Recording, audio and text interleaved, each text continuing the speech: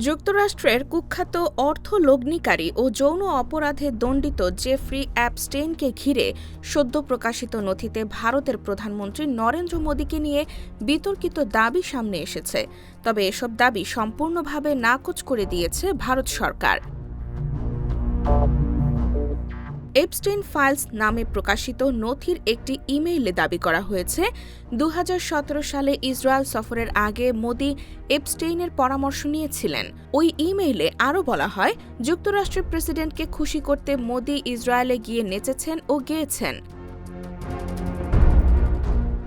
Israeli সংবাদ মাধ্যম Jerusalem post জানিয়েছে, এপস্টেইনের একটি পুরনো ইমেইলের সূত্র ধরে ভারতীয় কিছু গণমাধ্যম বিষয়টি প্রকাশ করেছে। ইমেইলে এপস্টেইন নিজেই এসব দাবি করেন, যদিও এর পক্ষে কোনো প্রমাণ উপস্থাপন করা হয়নি।